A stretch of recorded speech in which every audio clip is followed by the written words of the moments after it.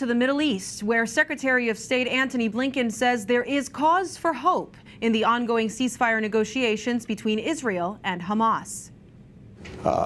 In a very constructive meeting with Prime Minister Netanyahu today, he confirmed to me that Israel accepts the bridging proposal, that he supports it. It's now incumbent on Hamas to do the same. The Secretary of State spoke after a day of meetings with top officials in Israel. That includes more than 2 hours of discussions with Prime Minister Benjamin Netanyahu. Blinken previously said that now might be the last chance to get a ceasefire agreement. There's no word yet from Hamas on if it would accept the proposal. Another round of peace talks are set for this week in Egypt. Earlier today, prior to Israel accepting the deal, we spoke with a longtime peace negotiator about the situation in the Middle East.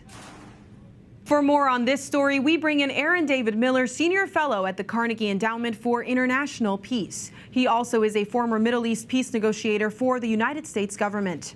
Aaron, glad to have you back on. We just heard Secretary of State Antony Blinken say this is maybe the last chance to negotiate a ceasefire. Do you agree, and why do you think he's saying that?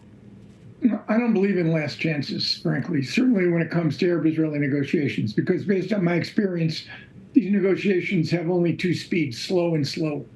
And the reality is this is a very complicated negotiation. Principal Palestinian decision maker Yahya Sinwar is ensconced below ground, Khan Yunis, Rafah, surrounded by hostages. How he's communicating with the facilitators, the external Hamas leadership in Doha and Cairo, is unclear. But it's also slowed down the process. And the Israeli prime minister, whose world is defined these days by maintaining himself in power, I don't think has a sense of urgency to complete this deal.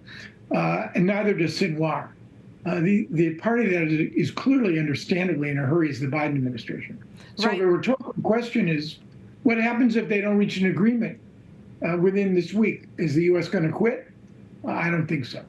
Well, then, Secretary Blinken did meet with Prime Minister Netanyahu today and said progress was made. Do you think the Prime Minister is ready to back off on his demands, including removing Israeli troops from Gaza? And is that a sticking point for Hamas, who have not said that they are ready to come to the table? I mean, there's so many issues involved in these negotiations. And unless you had access, I don't, to the four, 5, or 6-page text, it's unclear precisely what the deal breakers are here. But I think it's important, be that as it may, it's important to stress one point. Even if at the end of this week, Israel and Hamas sign on to a 3-phase deal, the one that was outlined by President Biden, the chances that they would get beyond phase 1 are probably slim to none. That would be a limited exchange of hostages, the women, the elderly, and the infirm, for an asymmetrical number of Palestinian prisoners and a 6-week ceasefire. If you could get that, that would be a miracle.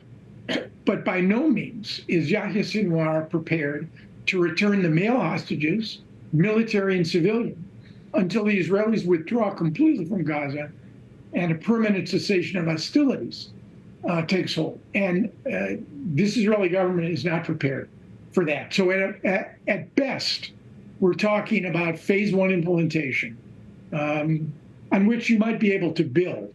But I wouldn't look for transformative solutions here. This conflict is a long way from being resolved. Well, we've got a lot more to look at there. Let's switch gears now before we let you go. There's a very hushed response from Vladimir Putin and the Kremlin to Ukraine's incursion into the Kursk region. Why is that the case? I think Putin responds to the 3 or 4 crises since his invasion of Ukraine. And frankly, it's his MO not to appear panicked or surprised. But it's also a function of the fact that the Russians were unprepared.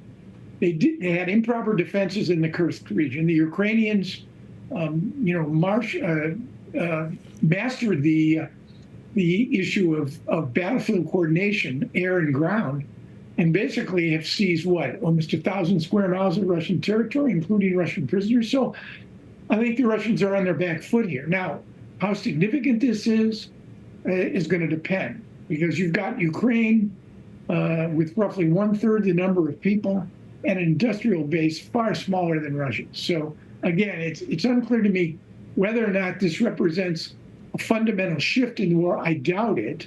but certainly as a morale booster and a way to strengthen Ukraine's leverage, should there be, although this is very unlikely, negotiations to resolve the problem. Right. Well, we'll be looking forward to see how long they can sustain that. Aaron David Miller, Carnegie Endowment for International Peace, thank you so much for joining us.